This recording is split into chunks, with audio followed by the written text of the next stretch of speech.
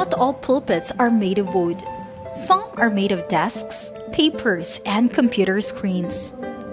Secretaries and admin workers may not stand on stage, but their work speaks volumes for the gospel. Could this be a pulpit too? Colossians reminds us, whatever you do, work at it with all your heart, as working for the Lord. Every letter typed, every record kept, every phone call answered. It's ministry in motion. This is evangelism without a microphone, yet just as powerful.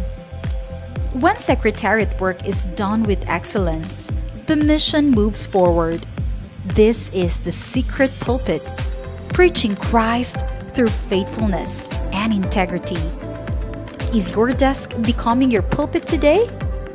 Discover the influence of their labor in the secret pulpit today on Good Morning Pastor.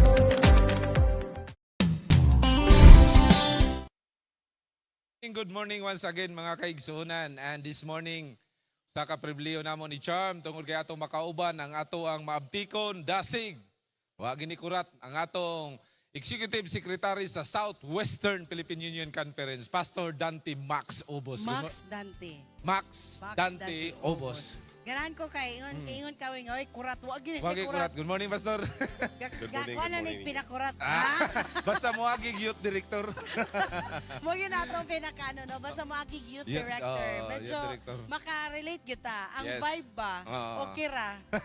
Makasabay. Pastor, good morning. Good morning, Pastor. Ganahan po kay kuwing kay first time ni nga naa siya sa Panimbaya nga nag-lose weight na siya. Wow. Kasi sikreto ganin mo, Pastor? Kinahanglan magpagamay. Disiplina. Disiplina lang yun. Kaya mudakop yun sige tagkaon. Lagi, Lagi. disiplina yun dani mga kapaglaom. Pero ganahan ko ni Pastor, pag wala pa tag-abot diri kanina, nanas siya. Yes, very early. Grabe. Thank you kay Pastor. Actually, we told him nga 6:30 ang call time, pero 5:30 na ana siya. Wow. 1 hour. That is so early mga kapaglaom. And karon mga higala, ang atong topic for Good Morning Pastor is the silent pulpit. Actually, si Pastor Max Dante Obos ang ato ang Pangulo alang sa mga administrative assistants sa Southwestern Philippine Union Conference nga nagpahigayon aning evangelism diri sa Bukidnon. And thank you so much, Pastor, Okay. for bringing us out in the Yes. field.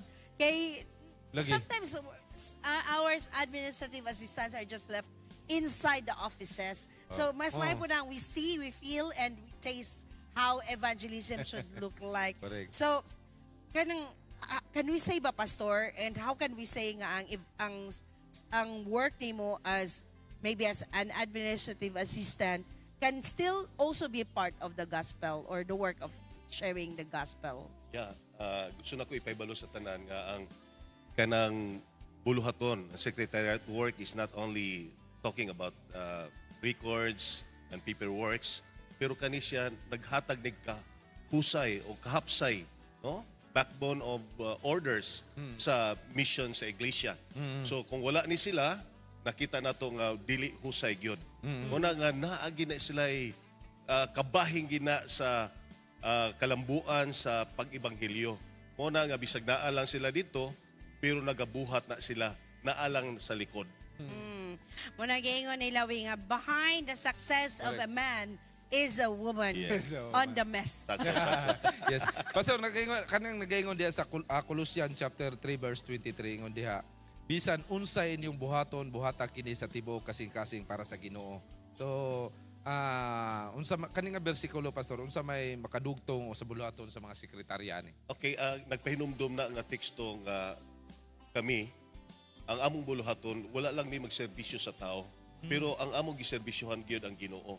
No, of course, nagserbisyo ta sa mga tao, pero una sa tanan, gusto na ko ipahibalo diha ninyo, nga nganing atong mga secretaries, nagbuhat ni sila sa buluhaton sa Ginoo. Busa naagi ni pagbati nga diin makapalambo gyud. Busa kinahanglan gyud nila nga mahimo silang faithful ngadto labaw na sa tanan ngadto sa Ginoo. Wow. I am a witness, no? I myself is one of the secretaries sa Southwestern, and I am a witness, Pastor, kung giunsa ang kana bitong pag-prepare sa tanang mga evangelism. And mayon you going whatever you do, Lagi. you do it mightily for the work of God. Correct. Even on piling up the papers, on writing, on bisag gamay nga mga buta nga gihimo even sa pag-prepare sa vineyard, right, Pastor? Yes, yes. Dili basta-basta. Gisiguro gyud namo nga ang tanan nga mga kanang buluhaton, giplano gyud og Plano. sakto, gi-evaluate og i-improve namo kung naay gusto nato nga nakita nato nga dili maayo. Tusa mao na ang among kabahinan sa buhat. Yes. Pastor, sige ta mag-ingon nga, we are all preachers, we are all gospel sharers, and we are all partakers. Pero dili diretso na ma-shift ang mind. How can we shift our mindset into being, I'm just, ingon ani, I cannot do that, I cannot do this. How did you convince all of your staff to become preachers diri sa atong evangelism? Yeah, ako silang gistoryahan. Gistoryahan ako sila. Of course, as a body of Christ, lahi magutang mga parts na ay sa mata, na ilong, na yun na. Posible ang mga pastors ba na siya. Pero tuganan ta mo, sa ginagmay nga mga buta, for example, ka mga secretaries God, maumana sila ang first contact person.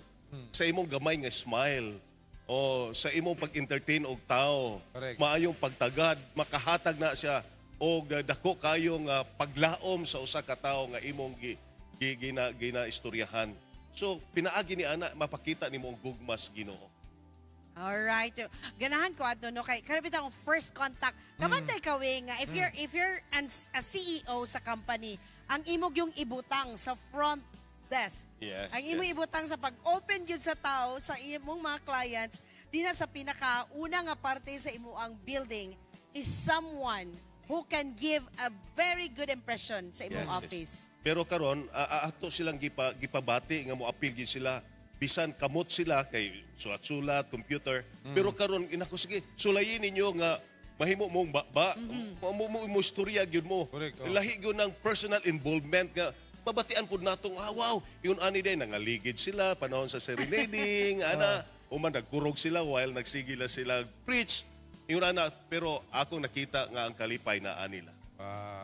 Pastor, katong mga sekretary makita na to usahay sa gawas ta makaingon tong uban iniguman nato sa transaksyon mingon grabe ka malita ato. Uy, sa man tong halos di man mo smile. Unsaon man nato pastor labi na sa sulod nato unsaon makita sa sekretarya ang kinabuhi ni Jesus sa ilang kinabuhi. Mao na akong ginasulti sa ila kanunay nga kita nagserbisyo dili sa tao apan sa Ginoo. Kung naapay lain pang pinakamaayong tao diha mao ang mga sekretaris. Oh. Gano man kay kita ang naggiya sa kahapsay sa buhat sa Ginoo. Amen. Wa na kabatikod ang uman. Oh. Pero ang mga sekretaris maoy naggiya backbone of orders.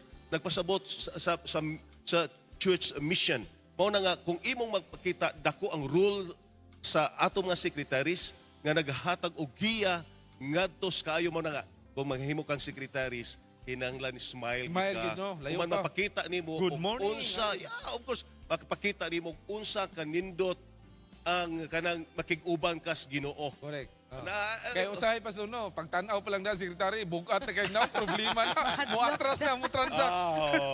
Bao na siya. So, importante nga mapakita nimo sa ginagbay sa sayo pa sa kadlawon, sa buntag pa imo na dang ipakita sa tanang mga tao nga ang imong gibuhat, nagbuhat ka dili alang nila apan sa buhat sa Ginoo. Amen. Amen. Pastor, there are people now who are thinking, akong trabaho, janitor, akong trabaho, driver, akong trabaho, maulang ni. So, how can we tell them or encourage them to become sharers of the gospel wherever they are? Ako silang gisultian, kaya bisan unsa atong mga buluhaton, bisan janitor ka, sekretaris ka, o driver ba ka, sa ginagmay nimong kaayo. Kaya actually, ang tanan nato mga butang, sa akong gisulti as a body of Christ, ang church nato lahi-lahi ta og kabahinan. Pero kung wala po ka, for example, kung saan naman lang og wala gay kamot, og walay tiil, mapiangan ta, so sa ato pa, ikaw na siya igsuon og gigala. Bisag asa ka, naninda ba ka karon na itong mga kaigsunan nga naminaw, pero sa imong gamay nga smile, sa imong pagtratar sa insakto, ngadto sa mga katawhan, nakahatag na og murag eye-opener alang nila nga, uy, unsa man ang tawhana, unsa may naa sa iya. So kung makita na sa ubang tao, ilang tan-aon o unsay naa sa imo o ilang madiskubrihan, ang naa di ay kanimo, naa di ay si Kristo. Men. Men. Thank you so much mga kapaglaom and Pastor Max Dante Okay, Obos. Pastor. Alang sa imong higayon diri. Kung napakaydugang ay paambit sa itong mga viewers karon, it's your time, Pastor. Of course, akong pasalamatan na itong mga sekretaris nga nikig-uban ka nato karon sa usa ka semana gyud nga atong Secretary at Evangelism. O ako pong pasalamatan ng akong kaubanan nga mga administrators. Of course, ang atong presidente, ang suportado gyud niya ang atong buhat, Pastor Jerry Patalingog, o ang atong treasurer, si Sir Chemuel Almosera. Salamat gyud sa inyong tanan. O labaw na sa tanan, of course, ang host nato diri sa CMM Central Mindanao Mission, ang atong mga administrators, ang tanan staff o tanang mga field workers.